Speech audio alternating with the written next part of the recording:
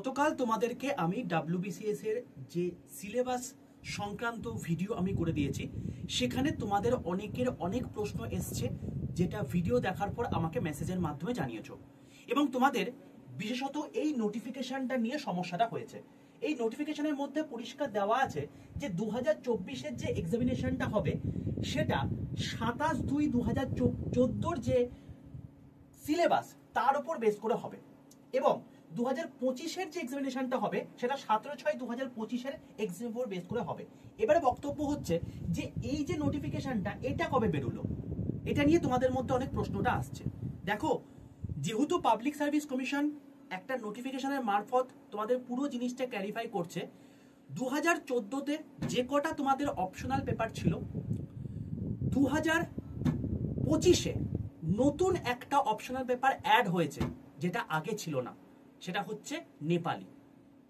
এবং সেই যে নেপালি অপশনাল পেপারটা রয়েছে সেটা 2025-এ যারা পরীক্ষা দেবে তাদের ক্ষেত্রে থাকবে। 2024-এর ক্ষেত্রে কিন্তু নেপালি সাবজেক্টটা থাকছে না অপশনাল পেপার হিসাবে। সেই জন্য ক্ল্যারিফাই করার জন্য এই দুটোকে আলাদা আলাদা বলে দিয়েছে। এছাড়া এমসিকিউ প্যাটার্নে তোমাদের যে এক্সামটা হচ্ছিল সেই এক্সামে সেই প্রসেসেই হবে, কোনো রকম কোনো চেঞ্জেস হয়নি। সুতরাং 2024 এবং 2025 তোমাদের কিন্তু এমসিকিউ ফরম্যাটেই ডাব্লিউবিসিএস পরীক্ষা হচ্ছে, এটা পিএসসি কিন্তু কনফার্ম করে দিল। স্যার এরপরে কি হবে? দেখো 2026-এ কি হবে সেটা নিয়ে কোনো রকম কোনো ক্ল্যারিফিকেশন নেই, তবে পিএসসি যেটা জানিয়ে দিয়েছে তার উপর ভিত্তি করে আমি এই ভিডিওর মাধ্যমে তোমাদেরকে জানিয়ে দিলাম এটা। আর একটা কথা বলে রাখি, যারা এখনো পর্যন্ত ডাব্লিউবিসিএস সম্পর্কে কিছু জানো না, তোমাদেরকে আমি দুটো জিনিস বলে দিয়েছি।